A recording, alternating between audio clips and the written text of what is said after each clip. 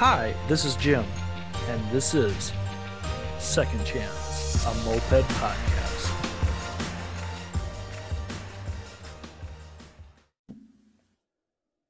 And welcome everybody to another week of Second Chance Moped Podcast. Guess what, guys? You guys are getting so many freaking podcasts from me this week because, this one is going to be very interesting. The next one's going to be even whatever, dude. I'm not going to do my normal thing. That I kind of, talk and ramble and whatnot for a few minutes. But hold on. I have my knife out. I gotta put that away for old Conan. But this group I followed, I think a lot of us follow it in America, and I don't know what it's like overseas, but it's always the great mystery. What's it like over there?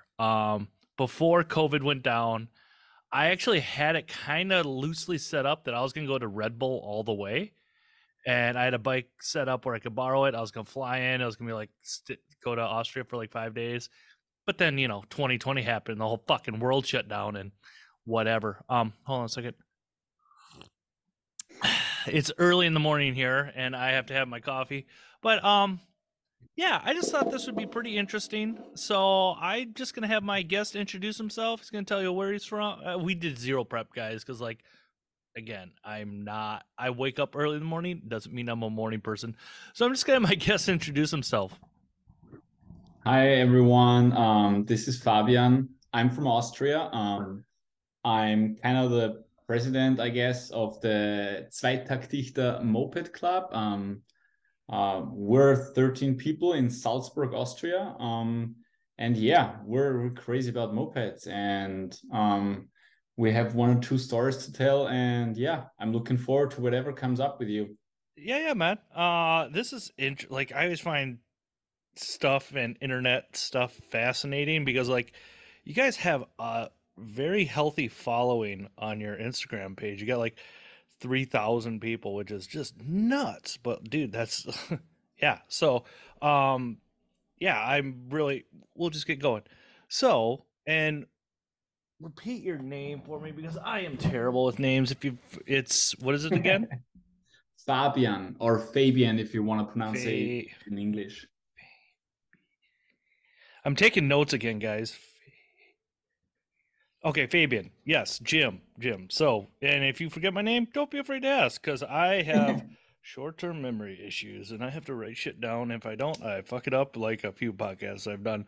But, Fabian, here on Second Chance Moped Podcast, we go through people's moped journeys, i.e. the very first time they ever saw a moped, to smile ride, kind of middle part of the journey, and what it's like today. So, Fabian, what is the very first memory you have of seeing a moped, not necessarily getting on and riding it, but the first time you can conceptually know that's a moped?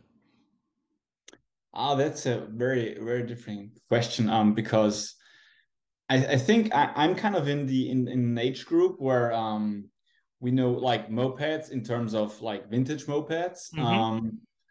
All our parents rode with it, So also you might know or might not, but Puch is from Austria. So Yep. it's actually used to be very, very common in the 70s and 80s around. And I'm sure when I was a child, I saw, yeah, Fabian, let me ask you elderly this, people because there's riding this around. weird controversy in America how you actually pronounce pooks. Puch? Pook. Puch? Okay. Pook. Pook. I'm still going to pronounce it the American way because I'm ignorant and I'm okay with that. But pook. We can put this to rest finally, everybody. Somebody from the homeland. And I found what's really interesting, the Honda Hobbits or the Honda Caminos were actually built in Austria as well. So or Seriously? Holland. No, I apologize. They're Holland. I'm a jerk. I owe myself something because I screwed that up. But no, I just found that fascinating when I first got into mopeds and found that out. They all came from Europe. Mm-hmm. And let me ask you this: you said parents, because I'm old now. How old are you? I'm 33 right now. Okay, so we're same age range ish. I'm 40, whatever, I'd say so. Yeah. Just a second. I'm dying again, folks. Okay, so you said your parents grew up with them, and I'm about a generation removed from mopeds being really popular in America. So let me ask you this: you kind of, I think you're probably the same thing, a generation or so removed from the popularity of European mopeds, but they're still being produced, like a lot of them up until the 90s. And America kind of died in the early 80s. Um, what was the first time you really remember seeing a moped? I don't know. Like there's no clear memory of the first time I saw a moped. I know how I got into it, but I'm sure we're gonna talk about Yeah. this later, Jim. But I don't know. I think it used to be as a child when mostly elderly people, and I want to say that before, kind of rode along with it, getting actually to work or to So a they were restaurant. always in your life, is what you're saying. They were just always there, like I think so, like a yeah. car. Like yeah, like But it's like when you're young, like I'm talking 12-ish, so mhm. in your teens, mopeds are not cool, so you Yeah, wouldn't actually see them because you don't like, you would probably say, oh, what's that 60-year-old weirdo being possibly drunk in a moped riding yeah, yeah. home? Um, I honestly don't know.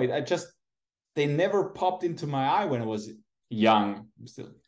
So let me ask you this, Fabian. What was the first time you got on one, or kind of experience? When did you kind of discover mopeds?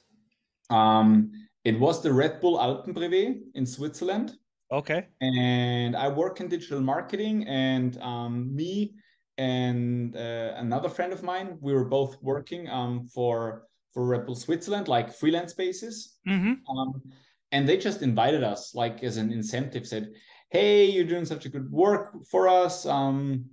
Why don't you come over? We're paying for accommodation.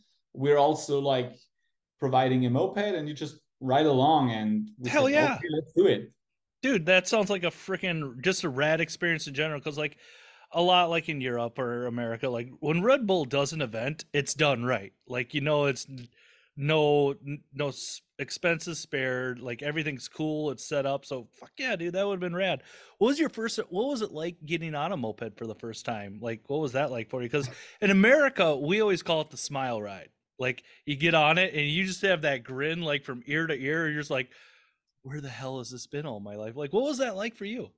Definitely the same. So we the smile ride, I like that. I will definitely use that in my active memory. We call it a Mo face because moped in German is also called Mofa, Mm-hmm. Motor, Fahrrad, motor bicycle. I'll tell you the difference between a moped and a Mofa in Austria, Germany later on, but that's why I call it a Mo face because Mofa face, being Mm-hmm. all happy. And um, we did our research on the Red Bull Alpenprivé, so we got dressed, went to the went to a store where you can buy fancy dresses, and we got Mm-hmm. our hippie costumes. Philip, hi Philip, if you are listening to this, by the way.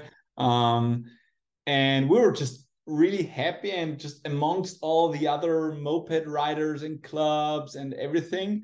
And they provided us with two Okay. Tomos rebuilds. And yeah, I mean, those are easy to handle. But what's still weird is I think it was 2018, 19. I can't remember it. I'm, Okay. I'm, Yeah. I'm good with names, but bad with years. Okay. Um, See, I'm the so exact opposite. I'm awesome with dates, terrible with names. that's good. No, and I just remember it was like so many people, and just before the start, when there's the Red Bull Arch to like where you get going, and Yep. everyone just like ringing the bells, and it was beautiful weather. And yeah, that was the first time I was on it. I was They even introduced me how to brake and how to ring the bell and how to like speed up and stuff, Yeah. but it felt natural on a moped for the first time. Yeah.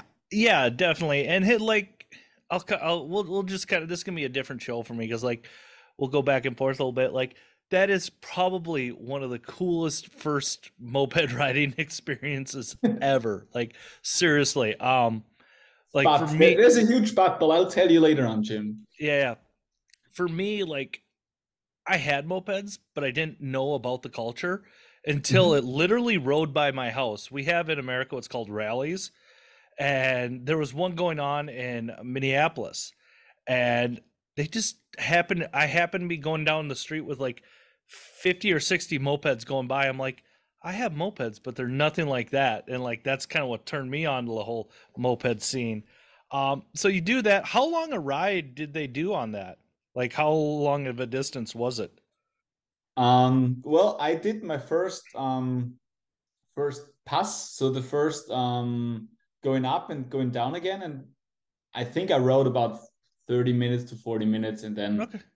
my engine just broke down. It was a new Thomas, um, just maybe 1 kilometer on the Yeah. like on the bike. So it wasn't dialed in or anything like that. No, Somebody no, just slapped it nothing. together and sent it. So that is the but. That is the huge part of my first experience because Philip he continued to ride for 6 more hours alone, Oh, that's awesome. and I had to wait for the car to pick me up. You know, a pickup truck. Yep. You We just put call it on like and at events in America, we'll call that the chase vehicle. And yeah, generally that's some very fun times because everybody they'll have like a van and like a trailer, and then everybody will just sit there and drink and just give a hard time to whoever's driving, unless the driver happened to be having a few cocktails themselves, and then it gets pretty hairy. But you know um the chase vehicle. The driver was pretty sober. He was really friendly.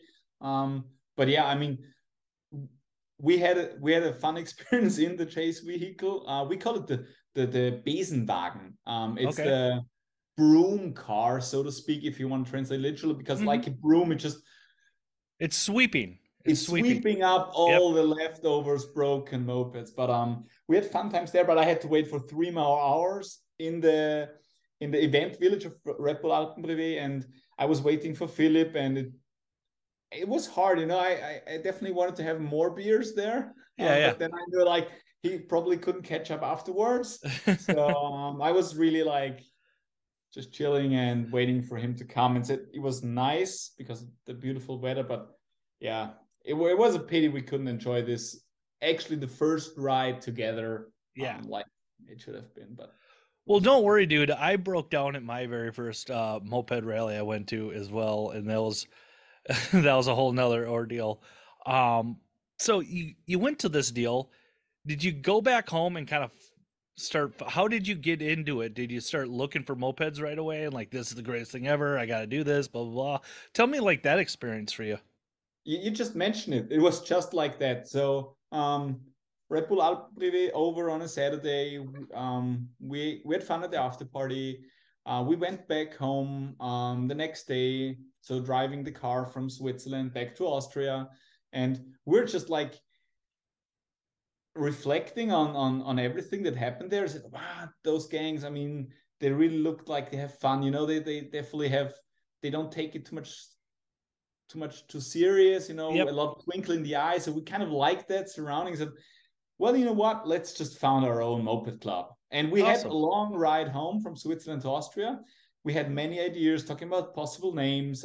We also already came up with the name Takt Dichter for our club back then. And I was the driver for the first part, and I switched with Philip. Hey, Phil, you need to ride. I need to check our Willhaben. It's a second chance. Second chance platform where I can buy basically everything, Mm-hmm. that's used. And I was Googling there and found my first moped there, KDM Hobby 3. I think in the States it's called KDM Foxy. It's Yep. like a Puck Yep. Maxi, but built from KDM. So Yep. Did you have the Sax motors on yours or no, the no, I already had an E50 engine on it. So okay? the Puck engine, yeah. Because that's what they'll do a lot of times in America. Like, people will take that KTM Foxy that you're talking about, that model, and there's like some weird. I don't know what exactly happened, but they didn't. Pook and them had a disagreement or something like that, and they just made an adapter plate for the um, Sax motor. But what people will do a lot of times now, they'll rip that Sax motor off and put the E50 on it. So Uh, awesome, makes awesome. sense. Makes Did sense. you buy a running bike or was it? Or and did you have any mechanical knowledge at this point in your life? Really? No, absolutely zero. As I mentioned, I work in digital marketing, Yeah. so I'm not a mechanic, or I didn't used to be one. I think mopeds taught me a lot, you know, Mm-hmm. and I think it's one of the best hobbies to have if you're working a lot on the computer, you know, like being able to just analyze a motor or anything that's mechanical and just get it running. But my first moped, her name's Andrea. She was up and running, you know, very, very reliable. And back then also pretty cheap for, I mean, nowadays the costs, whoo, What was cheap for you back then? I think it was 400 euros.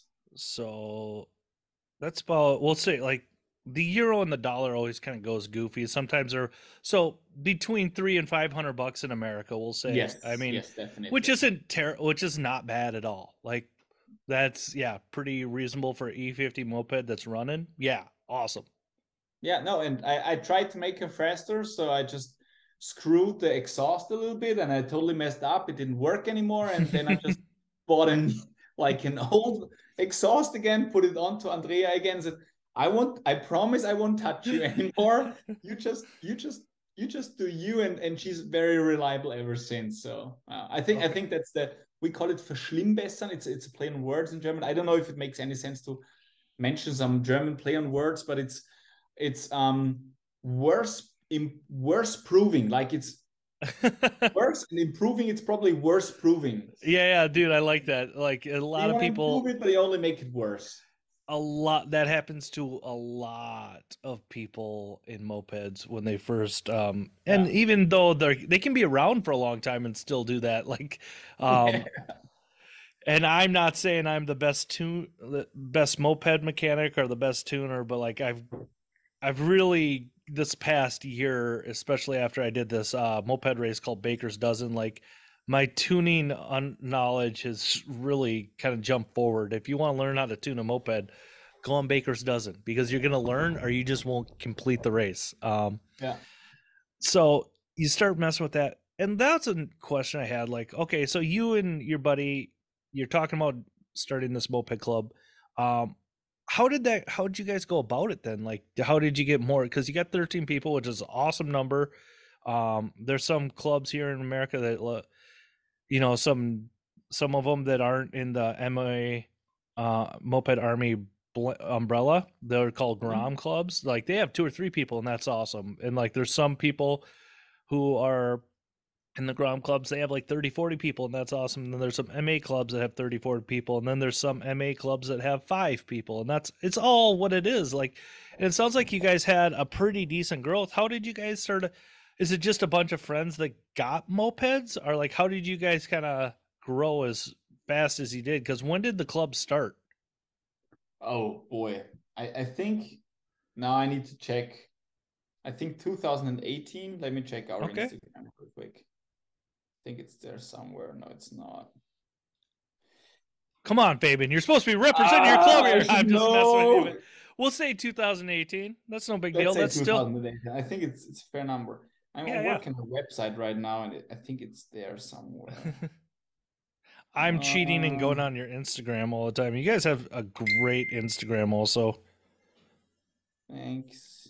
Oh, No. 2018. Yeah. So Red Bull Alpenbrevet was 2017, and the official foundation of the Takt Dichter Moped Club was in 2018. So we've been around 4.5 years.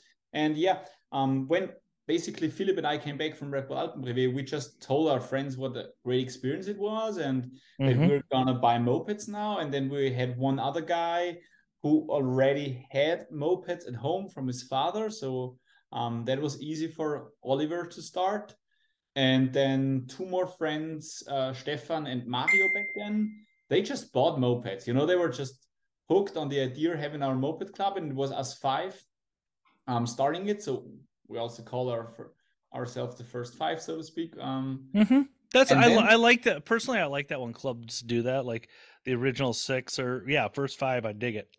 I mean, it's not that we're kind of above others. It's just like we also rented a place like a cellar in the city of Salzburg in the old town, where we could basically work on our mopeds and like have our weekly gatherings and stuff like that. Mm-hmm. And also, we had to pay the rent, and Mm-hmm. we started, and yeah, and then just friends of our existing circle just joined in and said, "Wow, that's cool. I'm gonna buy a moped too, and we'll ride it." And that's our natural growth, I'd say. So, and now we're really like close circle of friends.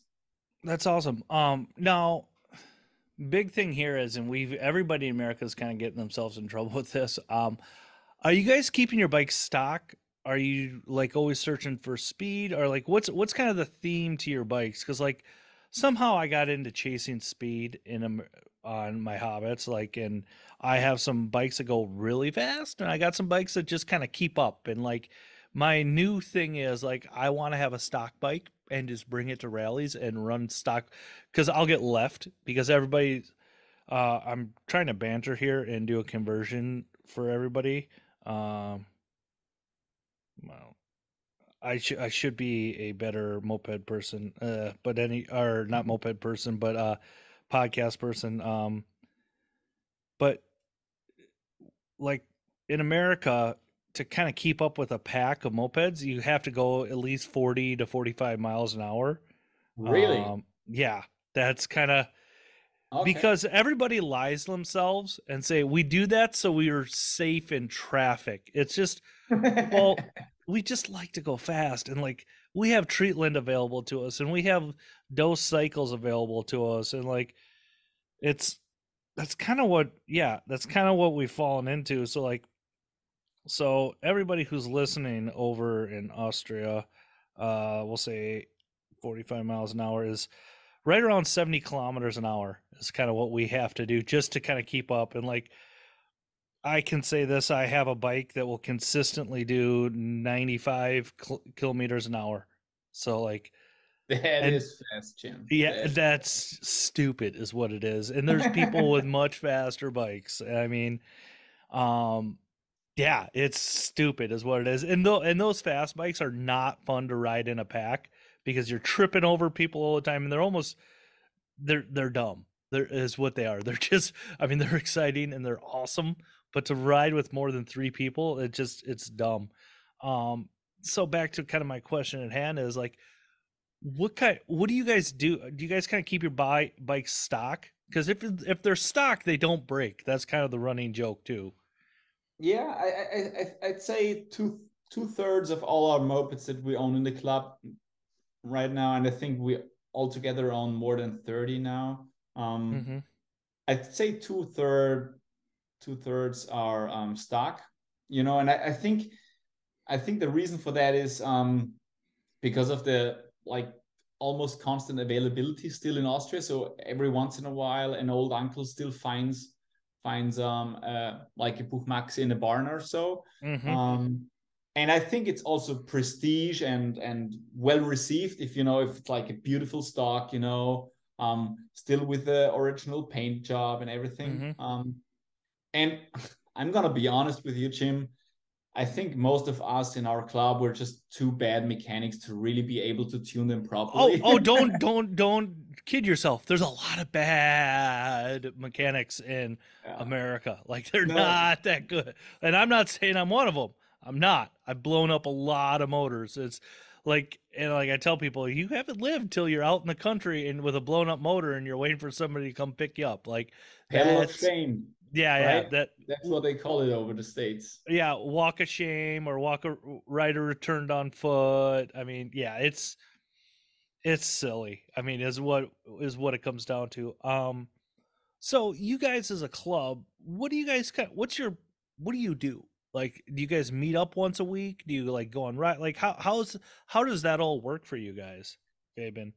Well, we have our so-called Dichtwoch. It's every Wednesday we meet at the Schrauberei, which is our kind of clubhouse. So if you want to again translate it literally, screwery. It's where we screw up, screw beers, screw mopeds. So Yeah. um, that's every regular Wednesday. And yeah, during the year, we also take part in 1 to 3 rallies, like bigger rallies. I'd say a rally in Austria. I mean, there's the Ötztal Moped Marathon. so this year in 2022, it was the last time. There's 2,000 moped riders there. Wow, dude, that's awesome. That's the That's biggest one. And I say the others, like the regular ones, are 200 to 300 participants. So that's what we do two or twice a year. We always have our own rides. As a club, we have one weekend, usually at the end of July, where we do a club ride. So either we go from Salzburg, riding somewhere out of town and sleeping there for 2 nights, or we really like rent a truck and pick up our mopeds and just go from there for a weekend. That's also what we do. And usually we also do on the 1st of May. 1st of May is a like public holiday over here. And we would wear our lederhosen, dirndl, like, Oktoberfest, Bavaria, stuff like that. We have this too. And they would just ride around and have maybe one or two beer maximum. Maybe. Yeah. But usually slow riding, not going 70 kilometers an hour. So 45 miles an hour. That's definitely, there are mopeds that go that fast also at rallies, but we're slow riders. And that's awesome, dude. Like I think that's the romantic idea that everybody still has here. Like, oh, let's all get together and ride stock bikes. And it's cool for like 4 miles. And then you're like, okay, I need to go fast. Like it's you can't put that genie back in the bottle type of deal. So like, stay slow, dude. Like that's exactly what it is. And it's like, I will tell people, like, I don't like to ride other people's bikes because I'll want to make it the way I like to tune stuff, and I tune stuff kind of different than people, and like I just like my bikes. Like that's the thing about it. Like I like to ride a variated bike. Like I'll get on a Hobbit, I'll get on a Vespa, I'll get on a 103, but like single speeds are still weird to me because I started out on a Hobbit. So like the Camino for you guys, like those were my first bikes. So yeah. No, dude, that's awesome. You guys get those kind of numbers. Like in America, the problem is we are loud and we are obnoxious and we cause trouble. Like especially if you're QCB, you always get the cops called on us. That's kind of a running joke. QCB is Queen City Barons, and every moped rally I've been to has it's been their fault. The cops got called. No, they're actually really good guys. But like, I think Matt St. John at the last rally, like he ended up talking to the cops and chilled everything out. And like, but at like big moped rallies, I think this year, Nashville had to be probably the biggest one. I'll say that they had like 300 mopeds. And like generally what happens is we don't obey traffic laws. So we're running red lights, we're doing all that kind of stuff. And we don't have stock exhaust. Ours is all performance pipes. So all you do is hear just these loud bumblebees running through town. And it's so much fun. And like the second biggest one I got to fly. And this is one luxury. And I don't know if you guys do this over in Europe so much, but like, and America is so big and it's just so far to get to everywhere. I've got to fly out to several rallies and get a loaner bike. And I did that this year out in Seattle, Mosquito Fleet. And that was so much fun. Like there was probably 150 to 200 bikes there. And we all rode around Seattle Friday night, which was a ton of fun. And Saturday I broke down with a, person from the puddle cutters, and it took us honestly 2.5 hours to go 15 miles on mopeds. Like it wasn't good. The whole pack, or just you and just us two, because we're waiting for the chase vehicle, and the chase vehicle, I don't know what their issue was. Like it was like they were avoiding us or something, because they kept like going back and forth in like two spots. It's like finally I could kind of get my bike going. My bike had seized and it cooled down and it would start running again.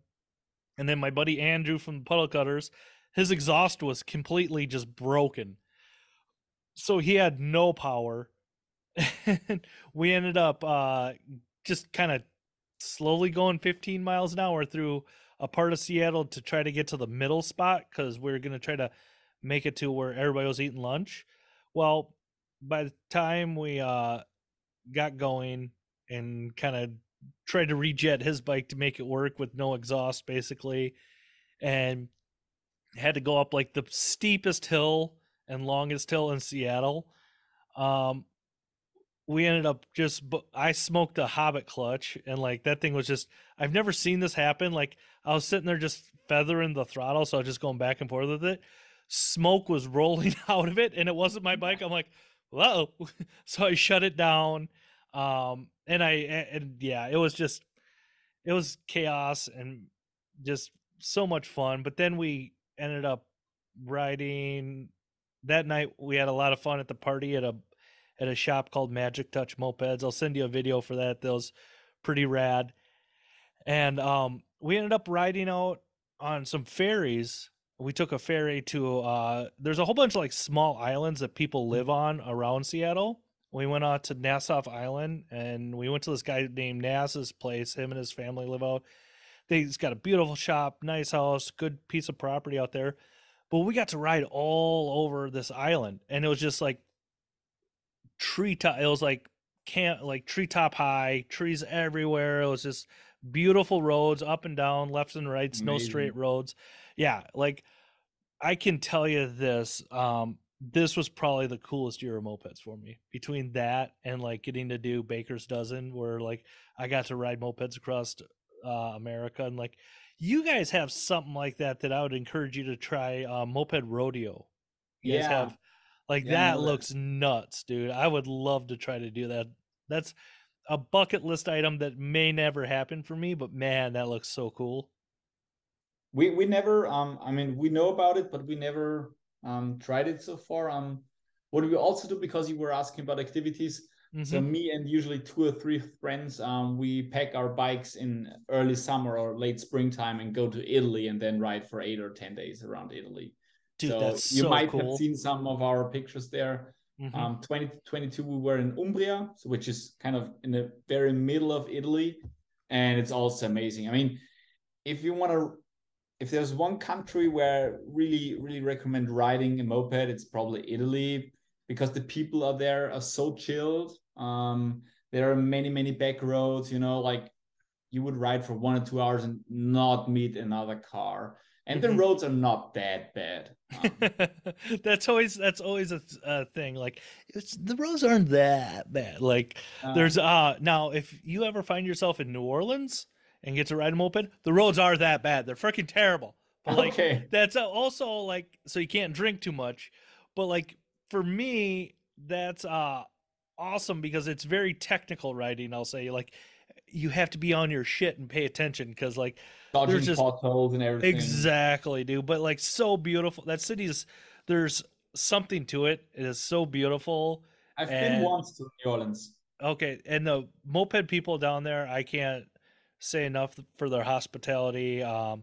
Mick and Eric from Mono, and then you got Angel, who's a creature down there. And then you got Scott, who's just a chef, who's just a kind of floats around everybody. Like those guys, all those guys, and like I feel bad because I can't. Zach and Smog Squad, Zach and the boys, like there's so many different clubs in that town. It's really, yeah, and it's weird. Like it's weird how many clubs collectively have gathered into that town, and I don't know the full history of it, so I can't really speak of it. But yeah, so God, that sounds. Now you want me, and everybody knows I'm always for the next big moped adventure. Now I want to go to Italy and ride mopeds. So during COVID, like, how was that for your group? Because like that had to be really hard for you guys because you're a new club, and like that's a big thing about here, at least it seems in the last year or so. Like everybody is trying to grow the scene, like help bring new people into old mopeds, and like that was very hard during the COVID times, or as I've been calling it, the dark times. How was that for you guys? Like, how was lockdown for you guys over there? Ooh, good question. I mean, first, I think it pretty much everywhere around the world, people were not really knowing what to make out of it. The first lockdown. I think that was middle of March 2020. I know that. Mm-hmm. And I mean, we didn't gather back then, but I think later on that year, especially in summer, it like got more chilled, and we then started to meet regularly on Wednesdays.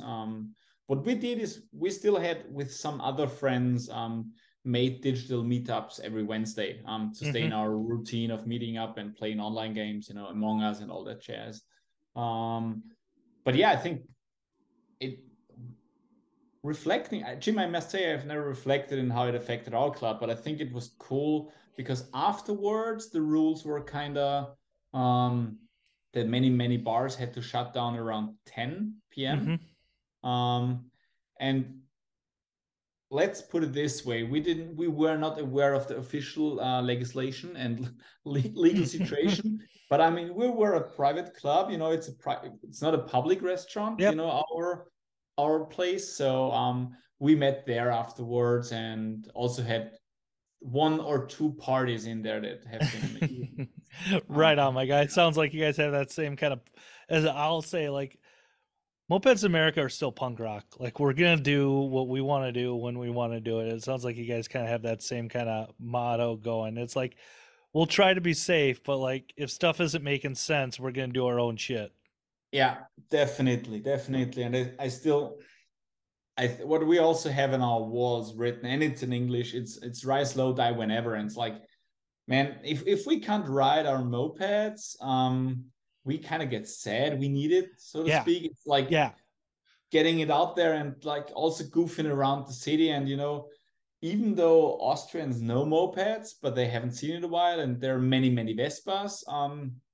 Usually in Salzburg, the more posh people are riding Vespas, you know, Mm-hmm. um, with a collar standing up like Yeah. this and white Gucci stuff, and they kind of just they're the responsible people. Like, and I'll go in with there the like for in America at least, it's like the people who have money, who have good yeah, money, and like I'll sneak in and I'll go in on scooter rides with my mopeds, and there's some people that really like me, and there's some people that just because I have like a 70cc kit with a Proma pipe, and it's loud and it's obnoxious, mm-hmm. and I love it, and but like, dude, it's two-wheeled vintage stuff. Who cares? Like all Yeah, the yeah, it's like don't be so up about it. It's whatever. I don't know.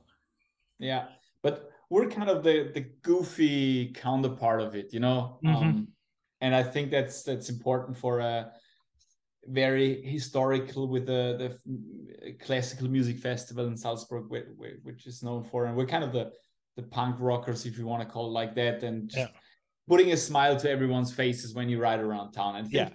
think that feedback also from other people, you know, like you're brightening up public space when you ride your mopeds around the city, Yeah. and really getting this feedback that we were kind of lacking these moments during COVID and the lockdown. And it's good in summertime to get out and ride them and just see people at elderly people pointing at you, say, I had one of these back then, and Mm-hmm. oh no, I sold it for a crate of beer back then, and stuff like that. So but Yeah, yeah.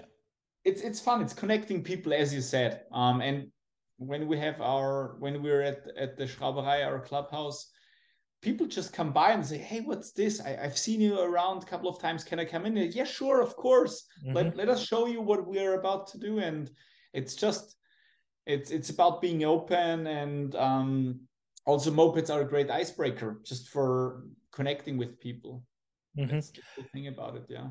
It definitely is, and like I am an outgoing person, and like I'll like, as you could tell on Instagram and stuff like that, and like I will I definitely have been one to like, hey dude, like this is what they are, this is what's going on, like no, I'm not gonna get you one, but if you find one, like I can point you in the right directions. And like I've given my number out so many times to people, but like, and sometimes like, hey, you want to try one out? I got one you can try.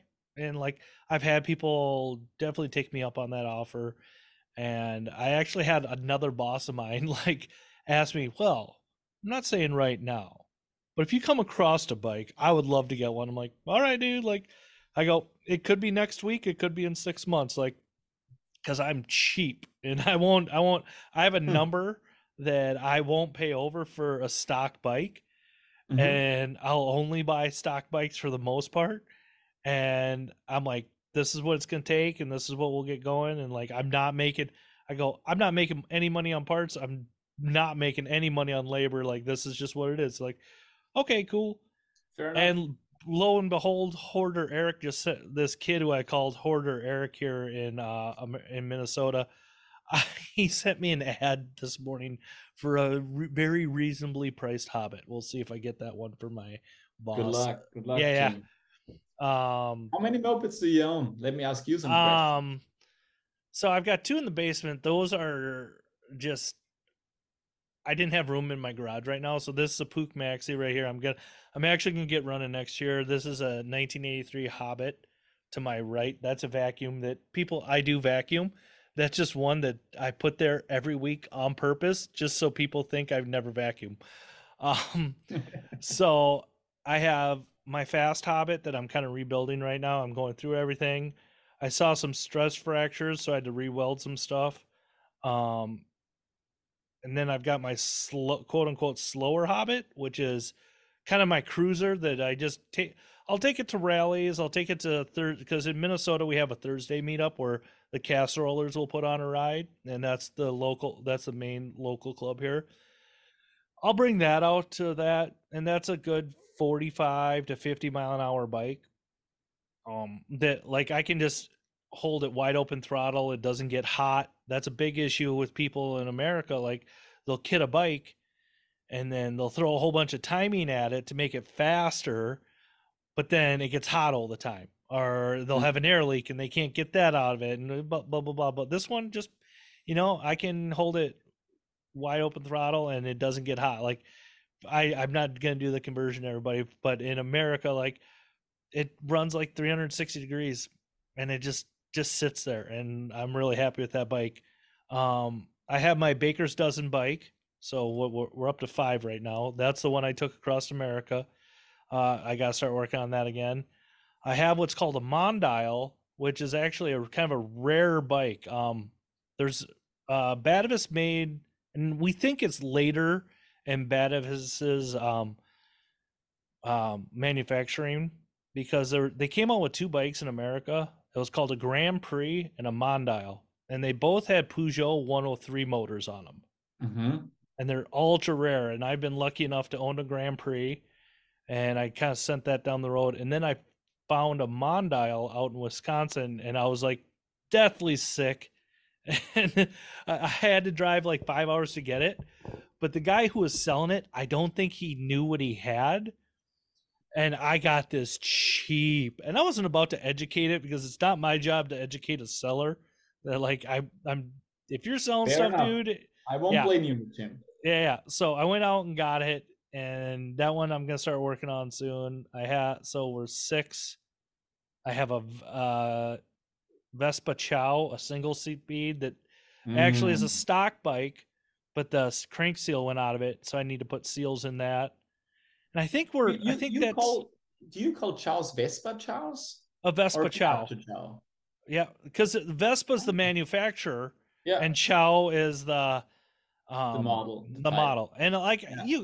that's me. I'm not a Vespa aficionado by any means. Like I'll call it, or you can just call it a Chow. Like, Yeah. but Now we also have chows, but usually we would call the chows Piaggio chow okay. because Piaggio being the brand of Vespa. But I Mm-hmm. I, I know that they've sold also Puch in Yep. different names to the States. So Mm-hmm. I just was wondering, what do you mean? Yeah, all the Vespa or Piaggio, I'm probably butchering it. In America, everybody will refer to those as Vespas. Like Okay. I've got a friend of mine, she's in Kansas City. She is an absolute nut for Vespa C, the SI. Sì, sì, Yeah, sì, yeah, C. certo. She's got like 10 in her basement in Kansas City. Like, Nice. which is just nuts. And like she actually did just buy a Chow. So I will say that she's branching out in mopeds, and she's been around forever. And that Vespa crew, it's kind of like for a long time there was a real like tight knit clique of Vespa guys, like just Mm-hmm. building like cool Vespa stuff, and like you don't see a lot anymore. And I don't know if some of them have just aged out of mopeds or what, but like there's a they're just you just don't see them at rallies like you used to. So Okay. yeah, Okay. Cool. so, so Sounds like a nice collection. Yeah. well, it's like they just kind of it's like you and some of your bikes maybe like they just kind of find me. Like in America, it was so they're so easy. They're especially in the Midwest. I can say the region of America that I'm in, they're so easy to find. Like they're still easy to find. Like you can still find a $200 maxi to this day. Wow. Yeah, like I can Get me still one. find. And I mean, are they bent? Are they running? No, but they're there. Yeah, of Like course. I can still find a $200 Hobbit. I mean, are is it every day? No, but like they're still out there, and like mopeds are still out there to be found. They're still in the barns. They're still in the basements. I mean, you just never know. Like that's the thing about it. Like you could get some flipper who doesn't know what he has, like a Mondial, and puts it up for sale and for a stupid price. Like he talked himself down in our negotiation. Like it was silly, but like um, are I hope he you? doesn't listen to your podcast Oh, now. he has no idea who I. He's in America what we call just a flipper or a reseller. Like he'll buy something cheap and try to double or triple his money, but like he doesn't do any research and just like yeah I'll throw this out there. But then you got those people are okay, but then you have some people who overinflate the value. And it goes Mm-hmm. back. There's two schools of thought here. Like some people think in America that mopeds are way undervalued. And there's some people that want to keep them way undervalued so everybody can get in because like um It's a nice thought, actually. because did you guys get any Cobras over there, the Pook Cobra? Yeah. Like those are a very desirable bike in America. Like they're not my thing, but like somebody was trying to sell one for like $2,500 in America. And that's crazy to me. That's crazy money. Like I would never pay that for a moped. And like some people will, and that's cool and that's their choice. Like for me, and I don't know, let me ask you this, like a step through moped, that's the way it's meant to be, not the top tank. Like I just don't I don't know. Top tanks are just like I have a top tank bike, but like what's your feeling of mopeds, step through or top tank? I recently bought a top tank, Okay. a Puch Monza 4C with 4 gears. And usually before that I only owned step through, how do you call them? Yep. Step through. Yep. Um, it's a different feeling. It's Hmm. definitely a different feeling if you're sitting on a step through and on a top tank. Yep. In like I think top tank bikes like Puch Magnum are Yep. that's what I have in mind, and I know there are many Puch Magnums in the States. I love the look, the cafe racer Yep. style. It's like the streamline, the whole design is just piece of beauty. Hmm. But the riding experience with the step through, like Puch Maxi, Piaggio Ciao, or Vespa Ciao, and all that kind of jazz, I think it's more goofy and more fun to ride. It feels more, It's comfortable is what it is too. yeah, it's definitely.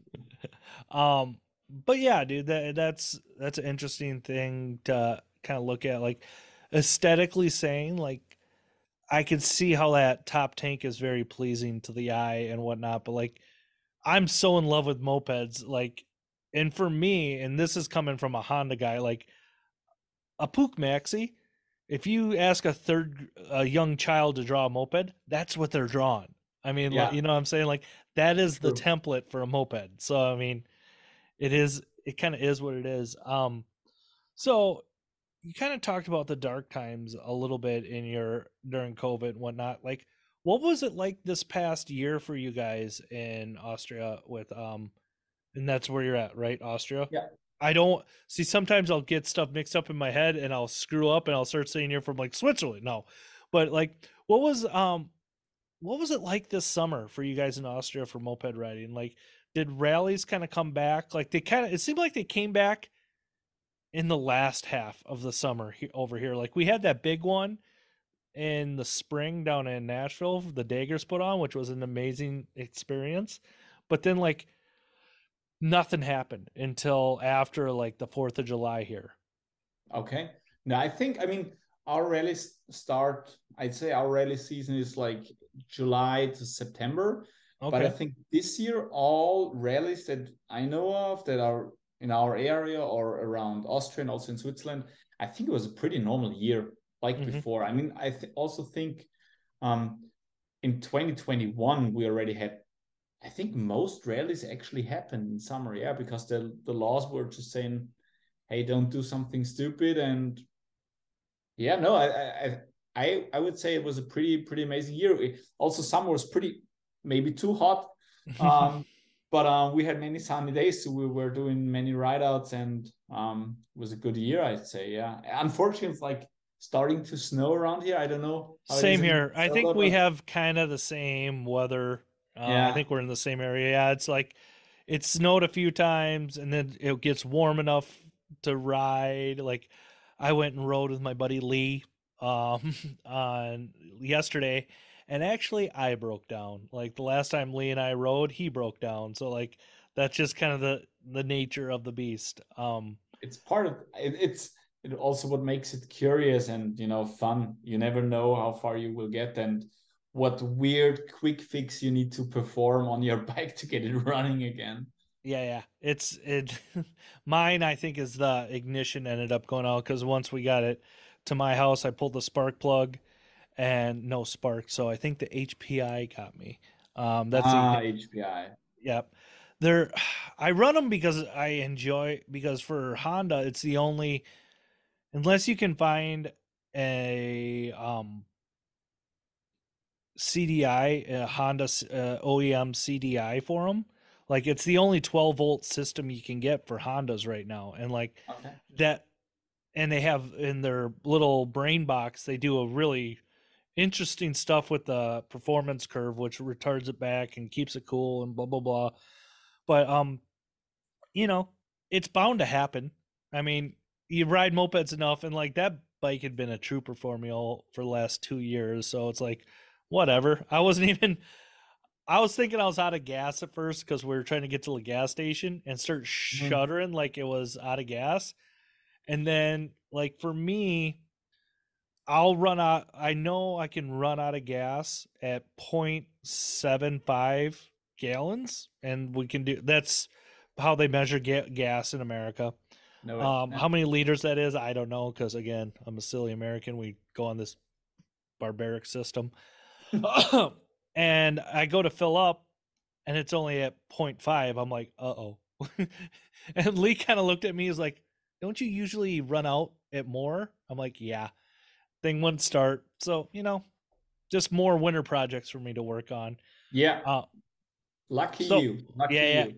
What is your riding season there? Like you kind of talked about when rallies start. Like when can you guys start riding there? I'd say in March. Okay, So pretty we start similar. riding in March. Yeah. Like as soon as and let me get a conversion thing out for everybody here, and I'm gonna try to banter. Like in America, once it gets to in, I always tell people going out of the season, like I won't ride. Here, let me. You can try me converting Fahrenheit to Celsius if you That's want what to. I'm doing right now.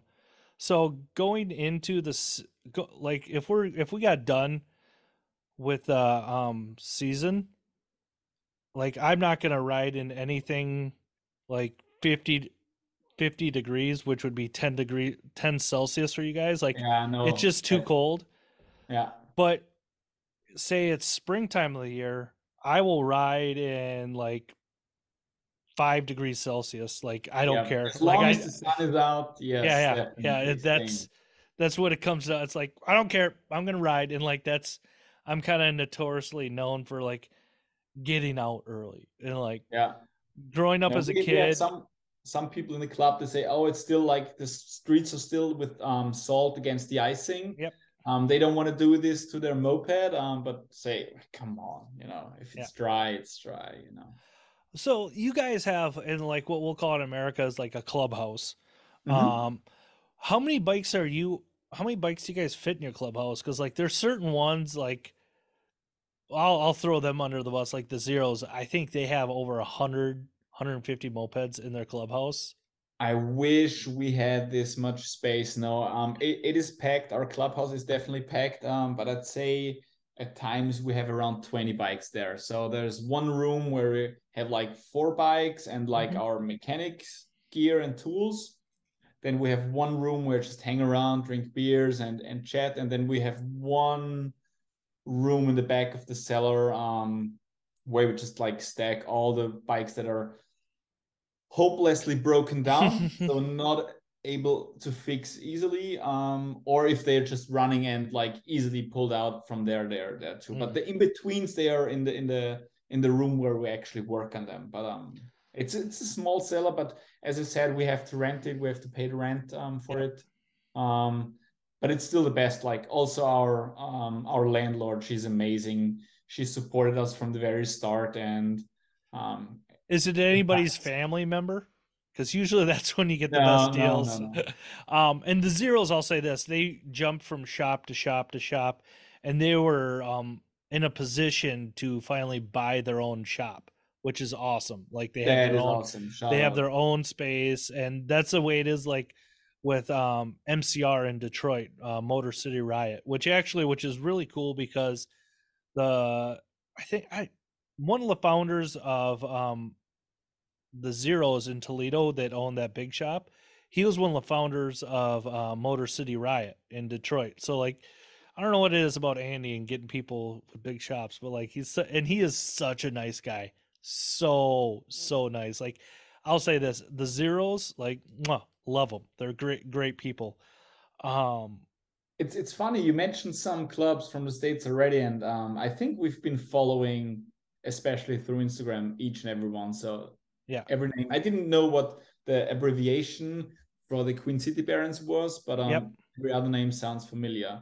Everybody will say QCB. And KCB. yeah, Eric, if you ever get a chance to talk to Eric, he is very smart when it comes to E50 performance. Like Eric Okay. is an awesome guy. And like he has wrecked a lot of stuff, so he has a lot of knowledge about it. Like I can say this, like I have ridden Eric's Magnum X, and that thing takes off like a hobbit does. It's just super fast, which is just amazing. And that's one thing like he's kind of talked you're going to explain the difference between like mofa and mopeds early on, Oh yeah. like um people in America, there's this weird niche kind of happening right now. They're taking their mopeds and converting them into kind of like a dirt ped. And which Mm-hmm. I think is interesting. It's not my thing, but I think it's really interesting.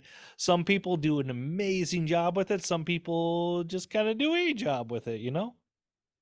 If you mean dirt pad, is that Yep. kind of to ride off road, like Yep. with? Okay, got Yep. it. No, for us, it's pretty. I'm pretty sure you've been through the naming. Like, does a moped need to have pedals? Yep. And I don't want to get into that. But in Germany, in Austria, it's you can basically say both mofa and moped. But in Germany, it's pretty easy because there you can ride a mofa. I think if you're 14 or 15 years old, but a mofa will only take you 25 kilometers an hour. hmm And I think that's only 15 miles an hour. Okay. Miles Yeah. per Yeah. hour. It's slow. Yeah. I It's really know. slow. And that's when you have to call it a mofa. And if it goes 45 kilometers an hour, so I think that's around 30 and something miles per hour. Help me out, will you? I'm trying here right now. Then We'll it's called a go. moped. Okay. But yeah. We'll go to kilometers 25. Oh, I screwed up and hit 35. Me and thumb, my big hands. But Yeah, yeah, you're right. That's right around 15. Yeah. 15 miles an hour. and which is pretty interesting. The owner of my company now, who I work for, um, long story short, his father got for his job had to go to France, and they lived there for Mhm. like 8 years. He worked for Renault, and my boss had a motorbike, and he called it a moped, and he goes, "I think my brother had a mofa or something like that." Mhm. And so I'll have to send Todd this link to this show because I think he get a kick out of it. Um, but so the mofas, like who all produced mofas? Did everybody kind of same like Maxi and all that? Because we had a thing like, and I don't know what they did with E50s, but for Hondas, like they like a state of Ohio in America, they said you couldn't have, they could only go so fast. So Mhm. there's two different like options for like we'll say an 80, we'll say a 1980 Honda Hobbit or PA1, which is the slow version, and I think that was 25 miles an hour. Mhm. And then there's the PA2, which is the fast version. I think that was like the 30-mile-an-hour version or something like that. Like, and Honda, the way Honda goes about stuff, they really dumbed it down. Like they changed the cylinder exhaust port, they changed the crank, they changed the clutch bell. Like they did everything they could to slow this bike down. But I think it's pretty same procedure in Austria and Germany. I mean, in Austria we didn't have these laws, but in Germany they just dump it down. You know, maybe also smaller incorporator and yep, yeah, different exhaust and that's it. But easily worked around. worked around. Yeah, Yeah, let's yeah. put it this way. Yeah. Because like the nice thing about the Honda is they use the same cases. So like you could pull that cylinder off, you could pull that crank off, different clutch bell, and the actual cases for the motor, all you had to do is like grind one nub and like grind one tab, and that's a PA2 case, so you can put the big reed block in it and everything else. Um, I do you guys get in like do you get in trouble for running like a 70cc kit on your bikes? And Oh, you because would. the cops here don't know the difference. Like I actually had a fire truck roll up by me a couple weeks ago. They're like, "How fast does that go?" I go 35, and they all started laughing at me because they knew I was totally lying. But like, I'm never gonna tell the authorities how fast it goes. No, the thing is, cops in Austria, they most likely owned a tuned Buchmaxi back then, so Yep. they know how to tune it, and they also know how to look out for it. I mean, we got pulled over a couple of times, but mostly because our rear lights were not bright enough, and then they Okay. said, "Your rear light is not running." I said, "Yes, it is," and the cop said, "No, it's not." And then yeah, I have to speed up, you know, it's only like, and then he says, yeah, but you can't see it. But yeah, it's technically running. You know, it's Yeah. like you want to see the license. It just says 6 volt, Yeah. 5 watt. That's it. Yeah. Yeah. No, but it depends. It really depends on the person. If you get like in trouble for tuning it to a Mm-hmm. 70 75 cc kit. As I mentioned, we're not that much into tuning. But usually it's, I mean, what should they say? I mean, you have to Yeah. like maybe then um, pull over, carry it home somehow, and then just Yeah. say, okay, you have to get to the official, how do you say that? To an official mechanic place Yeah. run by the government, and they recheck it if everything Yeah. is original Inspect and it. stock, and then you what you will do afterwards? You put your 70cc kit on it again, and you going fast again. E- So yeah. Exactly. So, and like I said, you guys aren't the biggest tuners, and that's cool. That's awesome. But you do need parts. Like, where do you get your moped parts from? Like, here in America, it's all about Dose Cycles and Treatland. And like, there's some smaller companies that I absolutely love, like Denny's, and I just ordered tires from another one. I feel terrible for not meant properly. I will get that name for everybody, but like, yeah, there's like 3 or 4 places where you get new parts from. Where do you guys get your stuff from? I'd say we order most stuff from Switzerland, from Mofakult, Okay. mofakult.ch. I think they also ship to America. Um, they're not the cheapest, but they have the best quality, and they produce many parts themselves, which aren't available anymore. Mm-hmm. And then there's also 2 or 3 Austrian shops that also sell Puch parts for older Puch motorcycles, like from the 30s, even 40s, 50s, 60s, etc.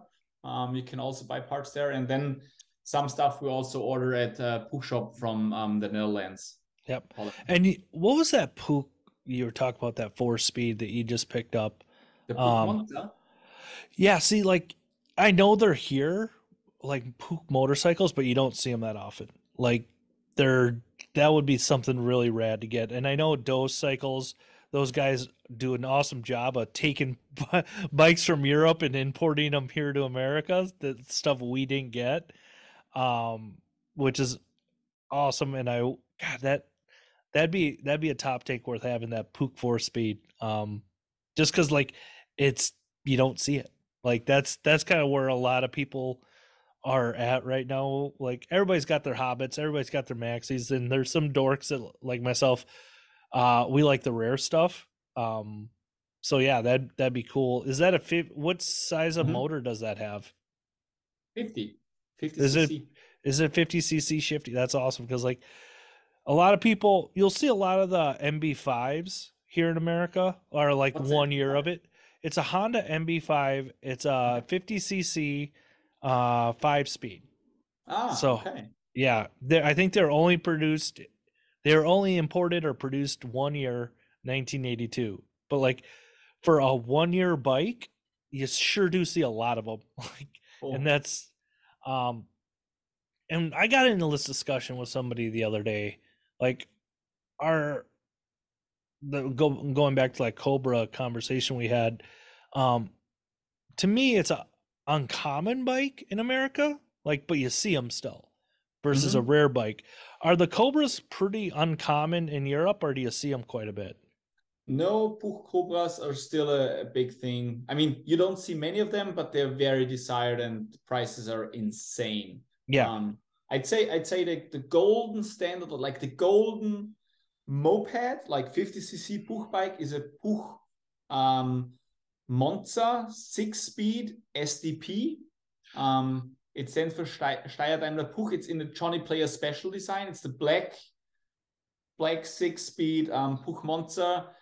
And if you want to buy one on the internet nowadays, it's 10K upwards. Oh, Jesus. Mm, I've heard of, I think it was called a Puch Condor. yeah, And also yep, exists. yeah, like, those are ultra rare, and there's like 3 or 4 of them in the US, and, like, created quite a controversy in the first pinball run, because Baker's dozen and pinball are the same race, different names, and the guy who wrote the rules wrote them around the Poot Condor. So, like, and that got a lot of people jaded, because it technically fit the moped specs that everybody made. Um, Now, one thing that's interesting about your club, you guys have a great Instagram follow, or a great Instagram. I'll put a link in the deal. Um, Now, your calendar, I got to ask you about that. That is kind of hilarious. Like, do you want to talk Thanks. what Sure. how that all came about? Yeah. So how did the calendar thing start? The calendar thing started. We were in our clubhouse, and one person told me there's a calendar with naked women and carbs. Okay. The so-called carbonizer calendar, and I didn't believe it. Women, in every back in days, in every calendar, in Yep. every garage there was like a calendar from any brand, Yeah. Pirelli and stuff like that. But we kind of wanted to make fun of it and Yeah. want to find the probably weirdest calendar to hang on the wall of our like Mac place. And we found the carbonizer, the carb calendar, and we were like, who would do that? Holding Yeah. huge carbs. Dude, that's hilarious. I love it. It's hilarious. And then someone, of course, started, hey, let's do our own hilarious calendar. And then we had the name So we're the Zwei-Takt, two-stroke Yep. Dichter, poets, so to speak. And then like naked photography is act photography. Okay. So from Zwei-Takt-Dichter to Zwei-Akt-Kalender, the name was too easy not to do a calendar of it. And then we said, hey, let's just do it. Let's get naked with our mopeds, and yeah. And for the people who haven't seen this, it's hilarious. It's mostly guys, and there's some girls, but it's mostly guys just doing silly shit, and it's awesome. And I think it just shows like this shit's supposed to be fun, and don't take yourself too goddamn seriously. And like Yeah. that happens way too often in life. So I'll try to ship you one, Jim. I know we've been messaging on Instagram, but we still like yeah, the new 2023 version should arrive any day. okay, yeah, dude, I'll pay shipping. I don't I'll care. ship Like you it's one. not cheap.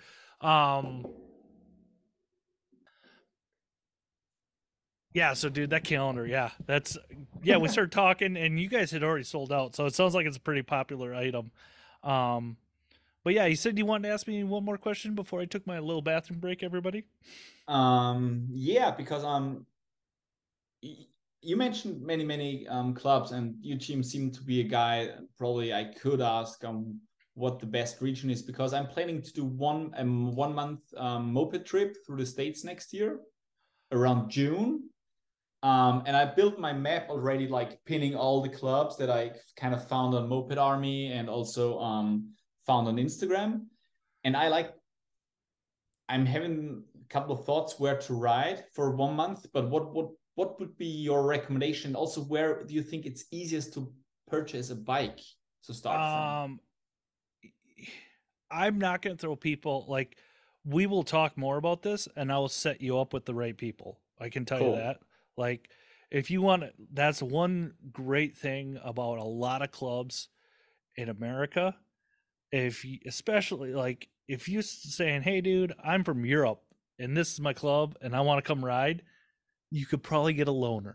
So like Okay. that's and if you're you know what you could probably even do for a couple weeks of this whole deal, you could probably come out to Salt Lake City and ride with and just like ride in a chase vehicle and experience Baker's Dozen, because that starts May 31st and ends June 9th. So you could see, and we'll talk more about this. Like I'll show you I'm sure you have, but like go on the Moped Army and you can see the Mhm. events calendar. Like Yeah. that would be quite the you wouldn't really get to ride mopeds on those 10 days or so, but you get to see a lot of America.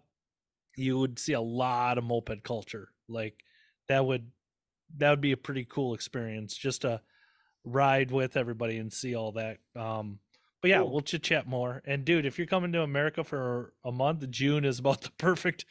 That's like peak. That's great summer where it's not super hot.